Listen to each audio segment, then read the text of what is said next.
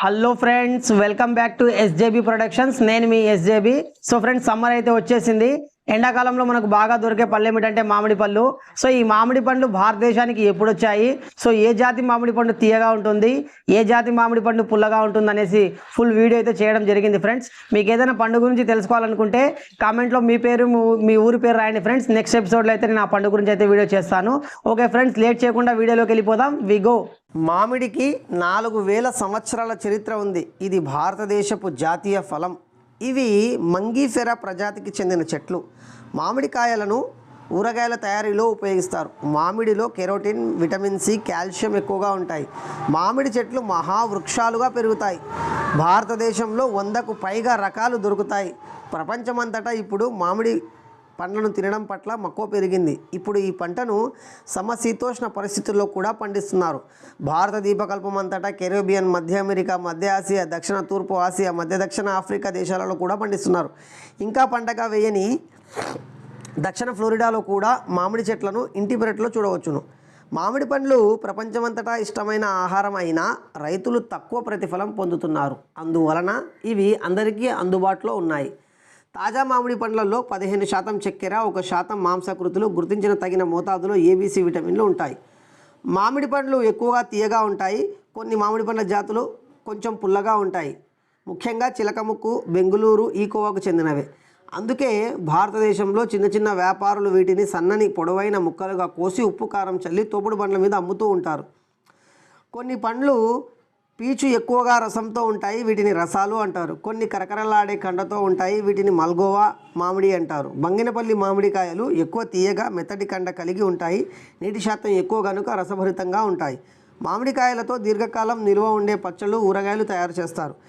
ఉత్తర భారతదేశంలో మామిడి ముక్కలను పొడి చేసి ప్యాక్ చేసి అమ్ముతారు. దీనిని వారు విరివిరిగా వంటలలో వాడతారు. దీనిని వారు ఆమ్చూర్ అని పిలుస్తారు. ఆంధ్రులు కూడా కొన్ని ప్రదేశాలలో ఇళ్లలో ఎండబెట్టిన మామిడి ముక్కలను మామిడి బూరుగు అంటారు. పచ్చి మామిడికాయలు వివిధ వంటల్లో వాడతారు. మామిడిలో కాల్షియం, విటమిన్ బి పుష్కలంగా ఉంటాయి. పడమటి దేశాలలో మామిడి పండ్లతో తీయటి పచ్చడి తయారు చేస్తారు. ఫిలిప్పీన్స్లలో మామిడికాయలను కొన్ని రకాల చేపల గుజ్జుతో కలిపి తింటారు. థాయిలాండ్లో కూడా భోజనానంతరం తినే అలవాటు ఉంది. మామిడి రొమ్ము, పెద్దపేగు, క్యాన్సర్ కణాల పెరుగుదలను అరికడుతుందని, మామిడి పండ్ల నుంచి తీసిన పాలిఫెనాయిల్స్లలో క్యాన్సర్ కణాల పెరుగుదలను అరికట్టే గుణం ఉన్నట్లు నిపుణులు కనుగొన్నారు. 5 రకాల మామిడి పండ్ల నుంచి తీసిన పాలిఫెనాయిల్ రొమ్ము, పెద్దపేగు, ఊపిరితిత్తులు, ప్రోస్టేజ్, రక్త క్యాన్సర్ బాధితులకు ఇచ్చి పరీక్షించారు. క్యాన్సర్ కణాల వృద్ధిని అడ్డుకోవడమే కాదు, ఇది 2 క్యాన్సర్ కణాలను చంపే స్థితికి తీసుకొచ్చినట్లు గుర్తించారు. భారతీయ సాంప్రదాయంలో మామిడి ఆకుల తోరణం ఉత్తమమైన తోరణంగా విశ్వసిస్తారు. పండగలకు, శుభకార్యాలకు మామిడి తోరణంతోనే ప్రారంభమవుతుంది. పూజా కార్యక్రమంలో మామిడి ఆకులు చోటు చేసుకున్నాయి. పండగలకు వేసే ముగ్గుల్లో కూడా మామిడి ఆకారం చోటు చేసుకుంటుంది. తమిళంలో మంగాయ్, మలయాళంలో మంగా అనే పేర్లు పోర్చుగీసులు ఇండియాకు వచ్చిన తర్వాత పోర్చుగీసుల వలన వ్యాపించిందని గుర్తించారు. దీనికి మంగా అనే పిలవడానికి పోర్చుగీసులు కారణం. మామిడిలో జాతులు కొన్ని మీకోసం: బంగినపల్లి, నీలం, చందూరా, రుమానియా, మల్గోవా, చక్కెర కట్టి, గీర్ కేసర్ మామిడి, అంటు మామిడి లేక చిలకముక్కు మామిడి లేక బెంగుళూరు మామిడి.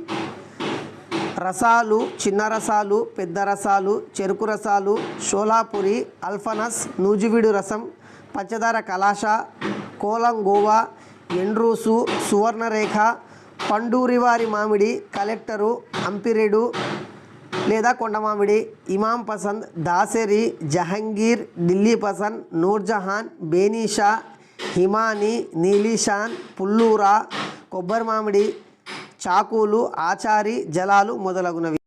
సో ఫ్రెండ్స్, చూశారు కదా మామిడి పండు గురించి వీడియో. సో మీకు ఈ వీడియో నచ్చినట్లయితే లైక్ చేయండి, షేర్ చేయండి, సబ్స్క్రైబ్ చేయండి, కామెంట్ చేయండి. సో ఫ్రెండ్స్, మీకు ఏదైనా పండు గురించి తెలుసుకోవాలనుకుంటే నిర్భయంగా, నిరభ్యంతరంగా మీరు నాకు కామెంట్ చేయొచ్చు. మీకు ఏదైనా డౌట్లు ఉన్నా కూడా నాకు కామెంట్ చేయొచ్చు. నేను ఖచ్చితంగా రిప్లై అయితే ఇస్తాను ఫ్రెండ్స్. లైక్ చేయండి, సబ్స్క్రైబ్ చేయండి.